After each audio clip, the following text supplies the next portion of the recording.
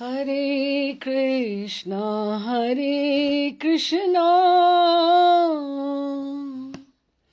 कृष्णा कृष्णा हरे हरे हरे राम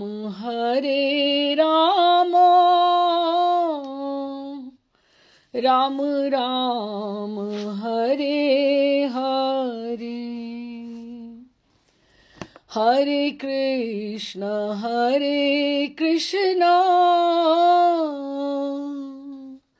कृष्ण कृष्ण हरे हरे हरे राम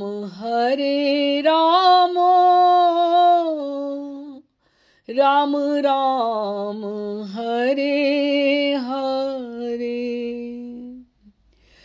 हरे कृष्णा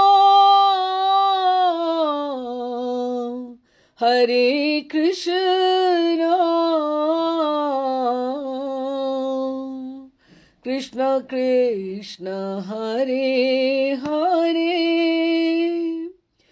हरे राम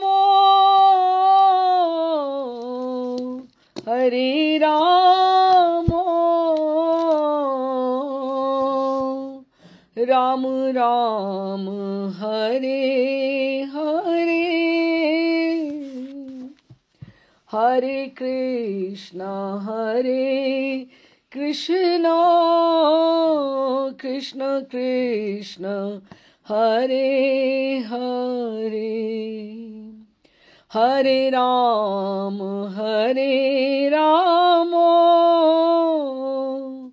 राम राम हरे हरे श्री कृष्ण चैतन्य प्रभु नित्यानंद श्री अद्वैत गदाधर शिवासादि गौर भक्त वृंद रूप सनातन भट्ट रघुनाथ श्री जीव गोपाल भट्ट दास रघुनाथ एही छे गोसाई कौरी चरण वंदन यहाँ हैते विघ्नाशे अभीष्ट पुरन।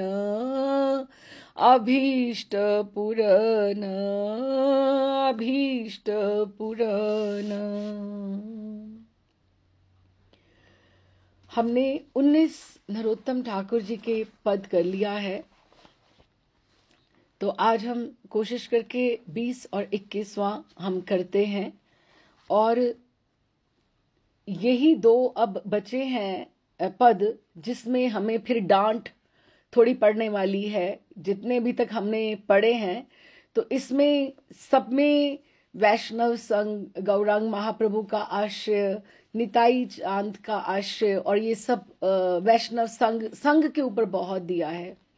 और इन ये दो पदों में उन्होंने गुरु और वैष्णव के ऊपर कि गुरु का आश्रय हमें लेना चाहिए और वैष्णव जनों का आश्रय और सत्संग की महिमा के बारे में कहा है। ये इन दो पदों में, क्योंकि ये एक जैसी बात है तो हम ये आज करते हैं, तो उसके बाद वो सीधा उड़ान इनकी ये 21वें के बाद सीधा हम वृंदावन धाम में नरोत्तम ठाकुर के भाव से हम वृंदावन के भाव में अवगाहन करेंगे।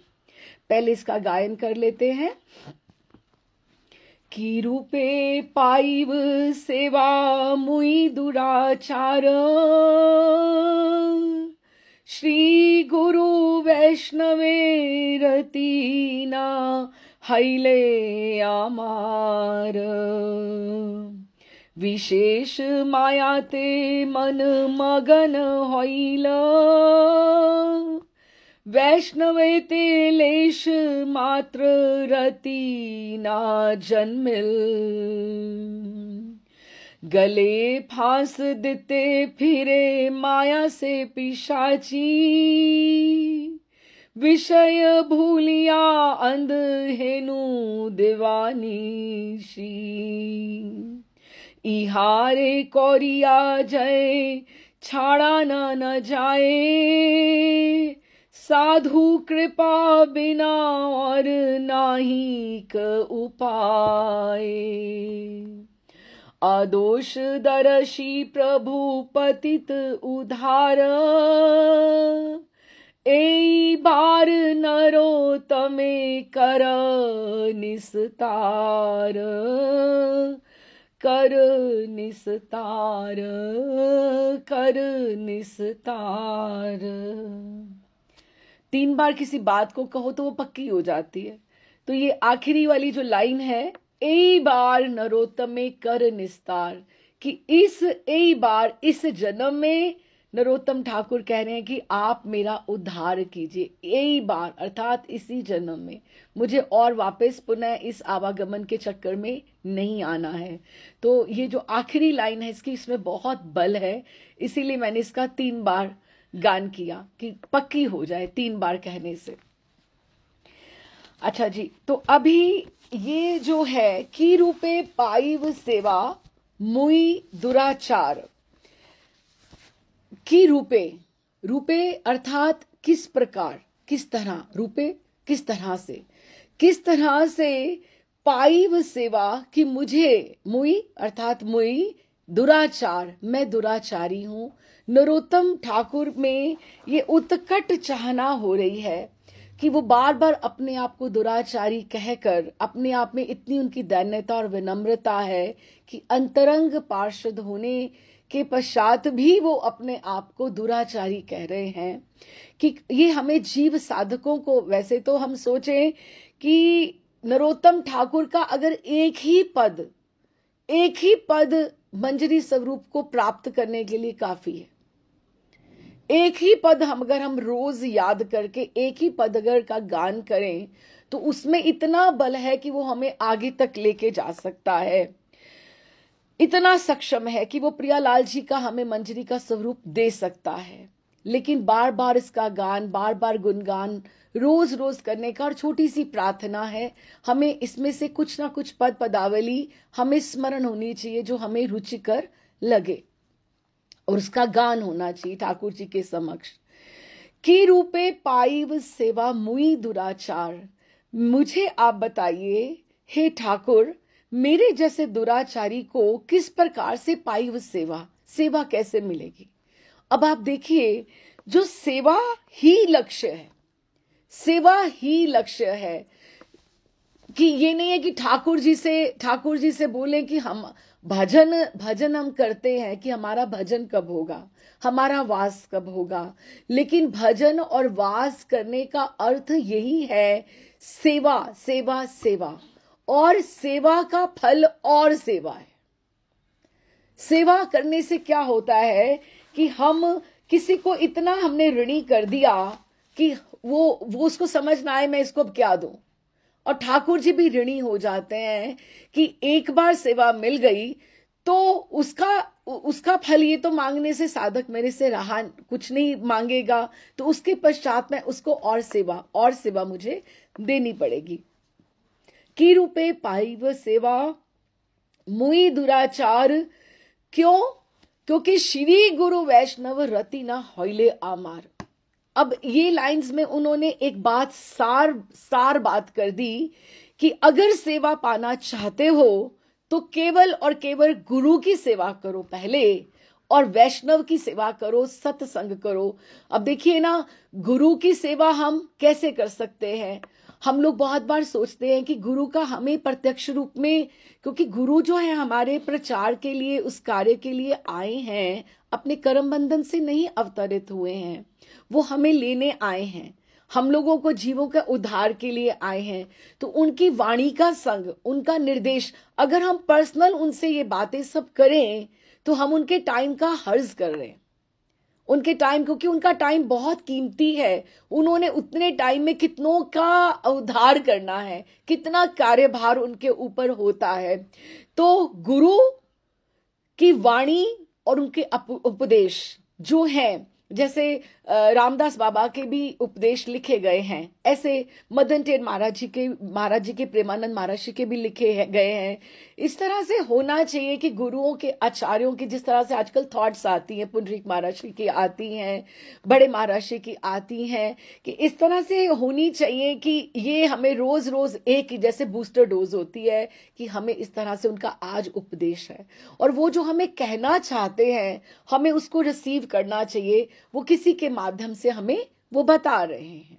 ठीक है, तो श्री गुरु वैष्णवे रति न होइल अमार, कि गुरु के चरणों में और वैष्णवों के चरणों में, अर्थात वैष्णव का संग करने में, गुरु की सेवा करने में, वैष्णव की सेवा करने में रति तो मेरी हुई ही नहीं। मैं इतना बड़ा दुराचारी हो गया तो मुझे सेवा आपकी कैसे मिलेगी?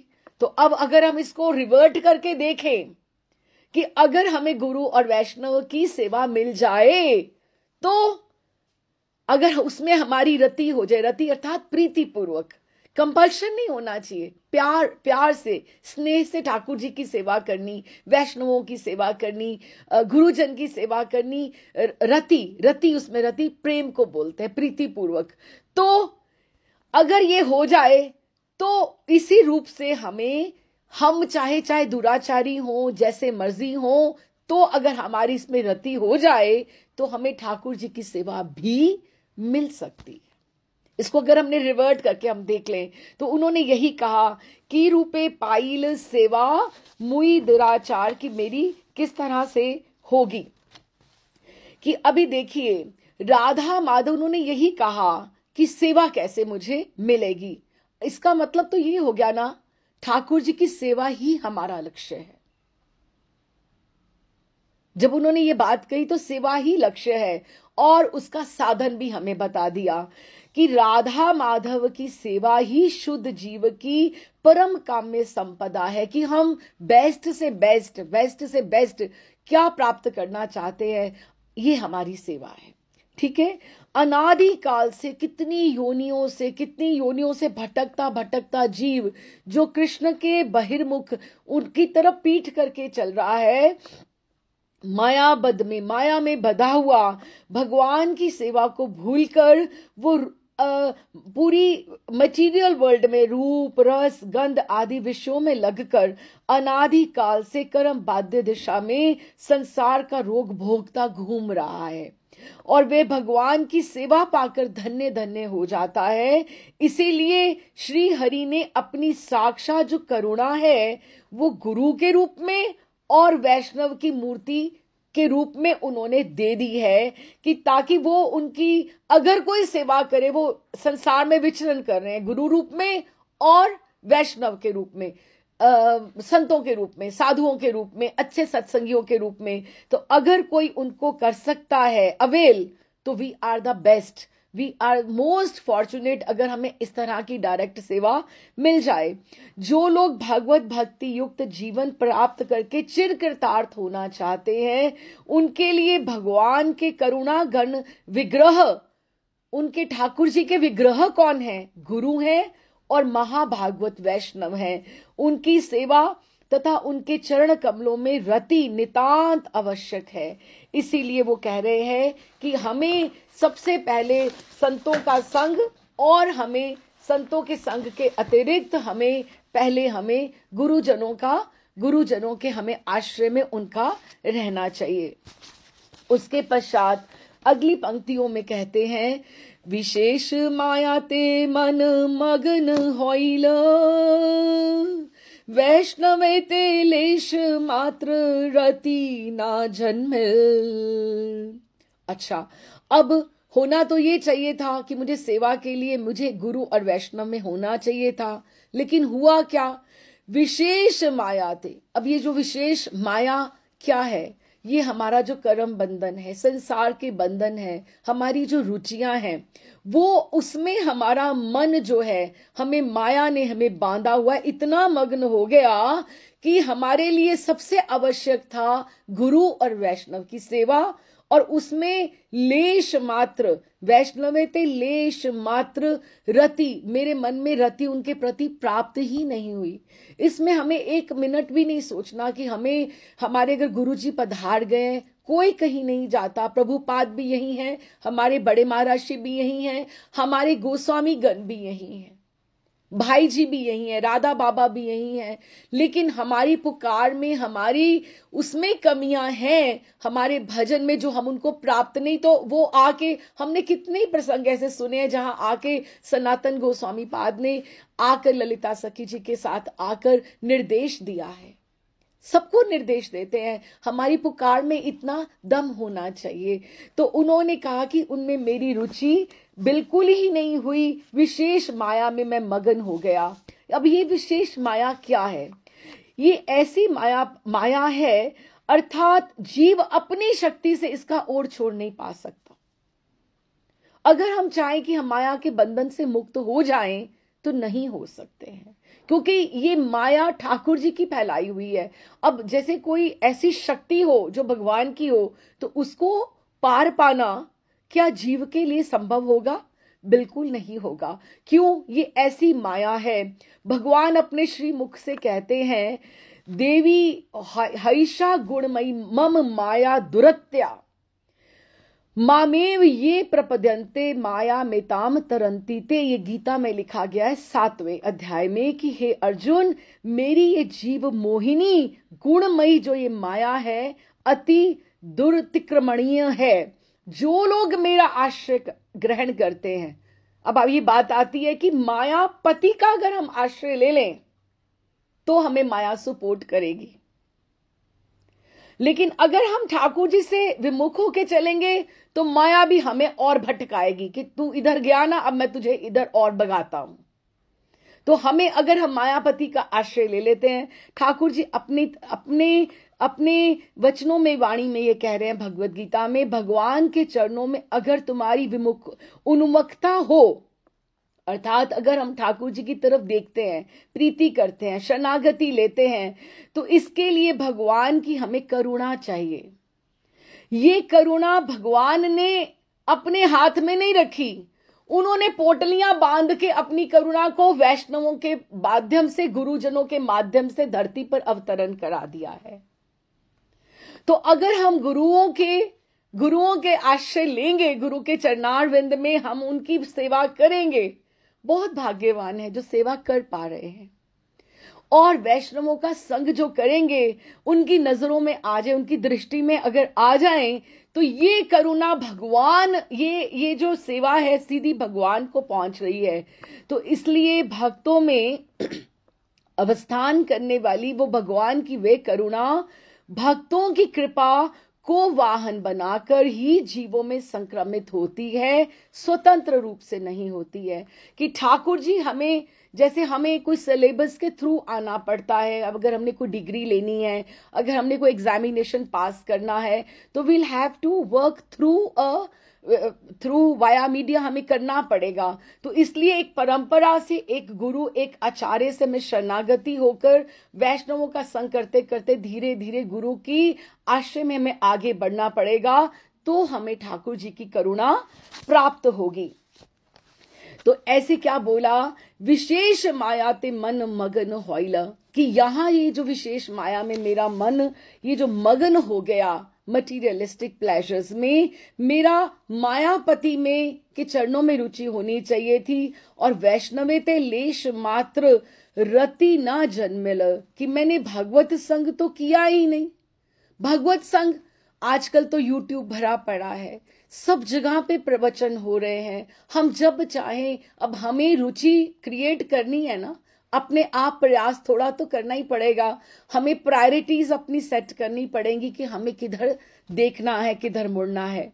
तो फिर आगे कहते हैं, गले फांस देते फिर माया से पिशाची, विषया भूलिया अंध हेनु दीवानीशी, कि मैंने अपने गले में फांसी दे दी है, स्वयं ही दे दी है, क्योंकि माया का बंधन मैंने खुद ही स्वीकार किया है ना।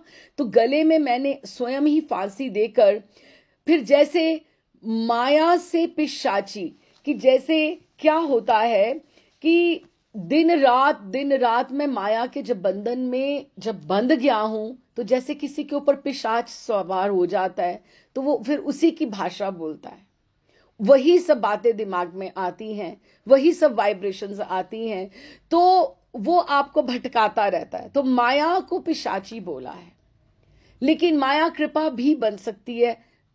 जब तक हम ठाकुर जी का आश्रय नहीं ले मायापति का, तब तक माया हमें नहीं सपोर्ट करेगी।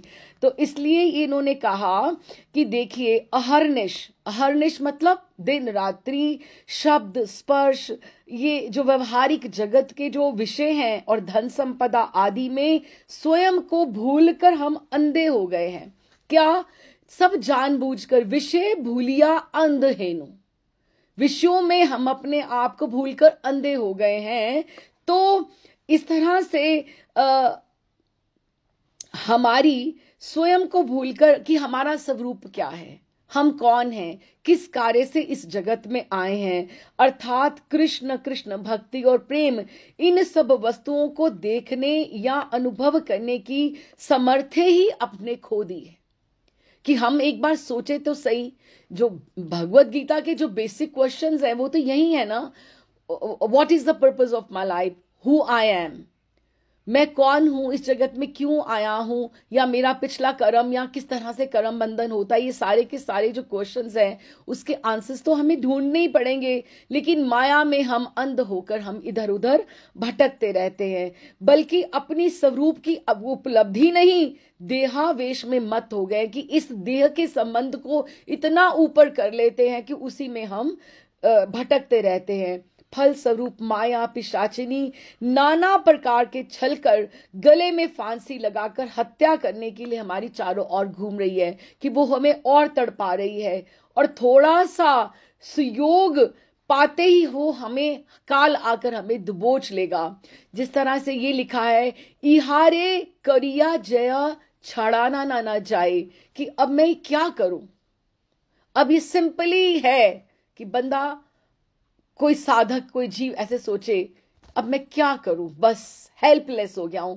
तो मैं इहारे करिया जय छाड़ा ना जाए, साधु कृपा बिना और ना ही उपाय, कि जब तक साधु गुरु वैष्णव उनकी कृपा मुझे नहीं मिलती, मुझे भगवान की करुणा नहीं मिल सकती। ये वाया मीडिया है। अगर हम उनको प्राप्त करना चाहते हैं, भगवान को, क्योंकि ठाकुर करुणा सिंधु हैं, उन्होंने अपनी करुणा की पोटलियां बनाकर जैसे भेजा है, जब तक हम गुरु के आश्रित नहीं होते, हम वैष्णवों के आश्रित नहीं होते, तो हम साधु कृपा अर्थात सत्संग के बिना और कोई उपाय नहीं है कि हम इस जगत से तर सकते हैं। क्योंकि हमारा समय, ये जो यम है, जो काल है, ये धीरे धीरे बढ़कर ये माया की जो पिशाची है, गले में हमने स्वयं फांसी लगाई, और ऐसे ही हम अपने बंधनों से युक्त होकर हम एक दिन ऐसे ही शरीर को छोड़ जाएंगे। तो इससे हमें, अगर हमें काटना है, तो हमें गुरु और वैष्णवों से प्रीति पूर्वक सेवा करनी पड़ेगी। क्योंकि शूद्र जीव जो है, अपनी स्वतंत्र चेष्टा से इसके साथ झगड़ा नहीं कर सकता, माया के साथ आप नहीं हम छूट सकते हैं। वैष्णव कृपा को छोड़कर और कोई उपाय नहीं है। माया को पिशाची कहने का यही कारण है, क्योंकि पिशाच की बात ही, वो जो माया जब उसके ऊपर चढ़ी होती तो वो माया की भाषा ही बोलता है, क्रोध की भाषा बोलेगा। अगर वो दूसरा मोह की भाषा बोलेगा, उसको हर चीज में माया ही उसको दबोचती है आकर। तो इस तरह से वो अपने चिदानंद स्वरूप को भूला रहता है, और अगर वो देह के सुख में सुखी और दुख में दुखी होकर संसार यंत्रणा भोगता घूमता है। साधु महात्मा ही इस माया पिशाची से मुक्ति दिलाने के स्रोत है, वही एकमात्र हमें इन चीजों से कर सकते हैं, मुक्ति दिला सकते हैं। अब जैसे हम ये कहते हैं, अब जैसे एक ठाकुर जी हमारे ऊपर करुणा के लिए तैयार हैं, गुरुदेव भी हमारे ऊपर करुणा के लिए तैयार हैं। लेकिन अब एक छोटा सा दृष्टांत है, बहुत सुंदर दृष्टांत है, कि एक जैसे माँ और बच्चा दोनों एक मेले में जाएं तो माँ उसको दिखाती है ये चीज है, वो चीज है, वो चीज है, तो वो उस चीज में उसको अच्छी लगती है, ये भी अच्छी लग रही है, और माँ को वो जिद भी कर रहा है कि मुझे ये ले दो, वो ले दो, वो ले दो, ले दो। लेकिन वो मेले में अगर सपोज माँ उसको दिखा रही है उसके पास इतना पैसे नहीं है कि वो उसको सब लेके दे, पर वो ले भी देगी उसको आखिर में, चलो थोड़ी बहुत ले देगी, अलग बात है। लेकिन वो जो बच्चा है वो मेले के बीच में उसकी माँ कहीं खो जाती है। अब आप उसको, वो रोता जा रहा है, रोता जा रहा है, अब उसको वही चीजें दिखाओ जो अच्छी लग रही थी, अब उसको वो हम बताएं कि तू ये ले ले, वो नहीं लेगा। उसको जो चीजें अच्छी लग रही थी उसको मां ही चाहिए, क्योंकि मां की पूर्ति कोई नहीं कर सकते। इसीलिए बाला नाम रोदनम बलम, कि बाल की तरह अगर हम रोना है तो उसमें इतना बच्चे की तरह अगर हम, उसको मां ही चाहिए, उसको मेले में और किसी चीज में इंटरेस्ट नहीं है जो उसको पहले प्लीज कर रही थी, प्रसन्न कर रही थी, उसको मां ही चाहिए।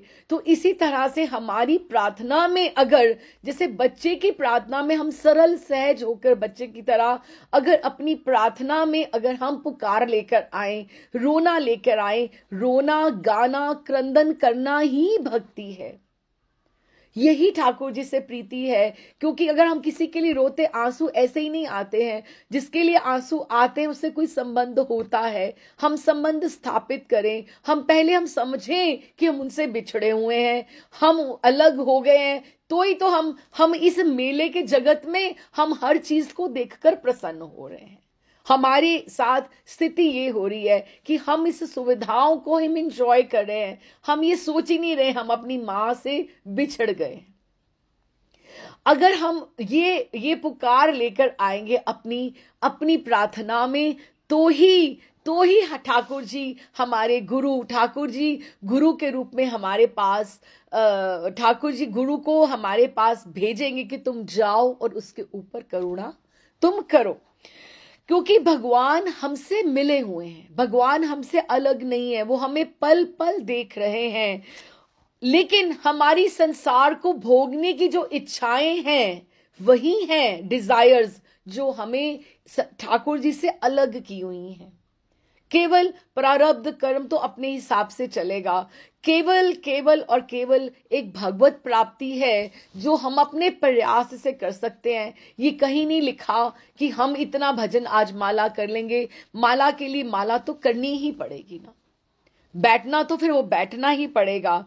क्योंकि भक्त और भगवान जो है, वो गुरु और वैष्णव और भगवान, ये सब आपस में मिले हुए हैं। ये सिर्फ हमारी पुकार का प्रतीक्षा कर रहे हैं कि हमारी प्रार्थना में कितना बल आ जाए कि हम संसारिक चीजों में ना उलझें और हम इनको बुला लें।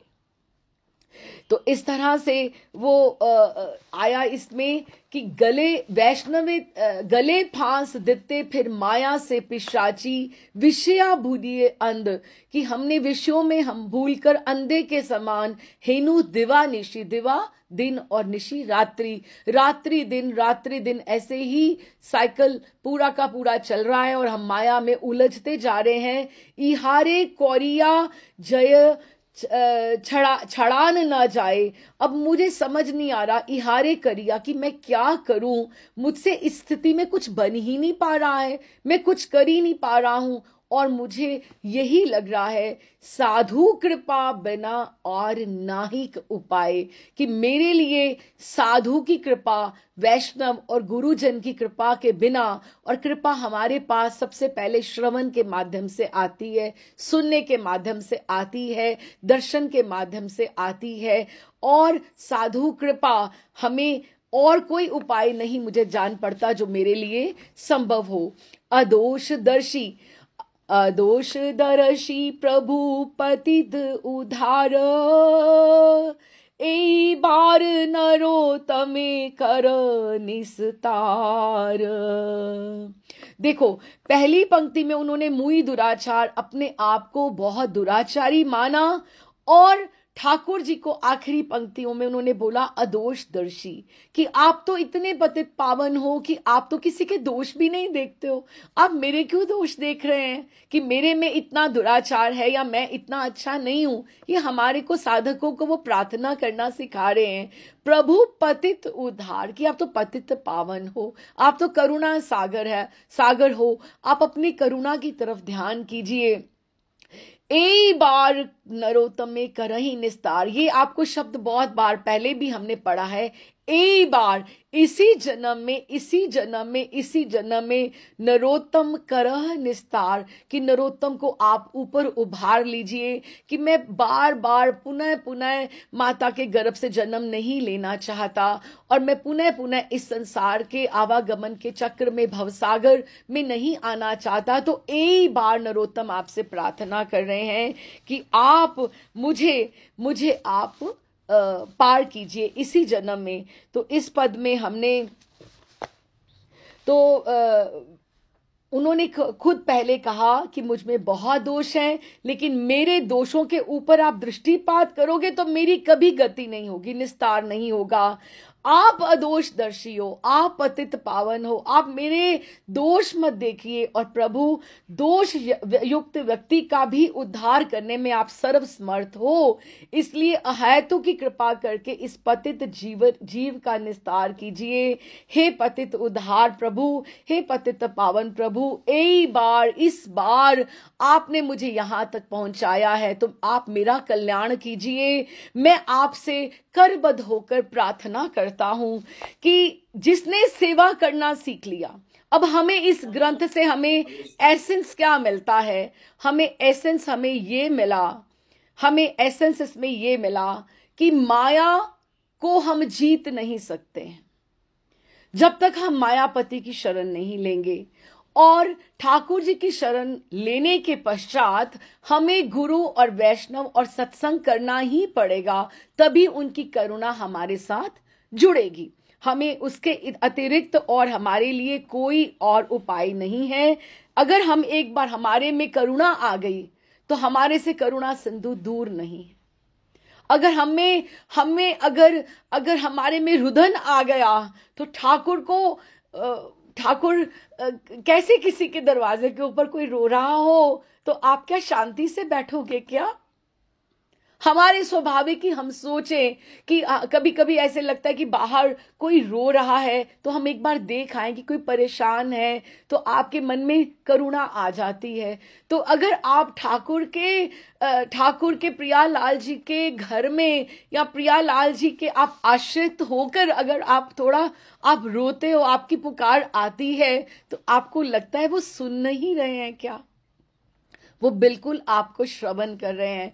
तो हम यही कि करुणा हमारे में आनी चाहिए, और यही पद जो है ये हमें उन्होंने सिखाए हैं कि आप गुरु और वैष्णव और उनकी जो सेवा रति, उनमें सत्संग में क्या है, वैष्णव का संग और गुरुओं की वाणी, गुरुओं की सेवा। तो यही इसका सार है। इसका अगर हम ये सोचें, हम अपने आप को बहुत हम गिरे हुए हैं, या जैसे भी हम सोचें कि हमारे में बहुत दोष है, लेकिन अगर हम ये बात याद कर लें कि आप तो ठाकुर करुणा सागर हो, तो हम ये याद करें ठाकुर को, हम ये इस बात का हवाला दें क्या, अदोष दर्शी प्रभु पतित उद्धार, ए बार नरोत्तम कर निस्तार, कि इस बार आप अपनी करुणा कीजिए और मुझे आप उभार लीजिए। ये इस पद का यही एक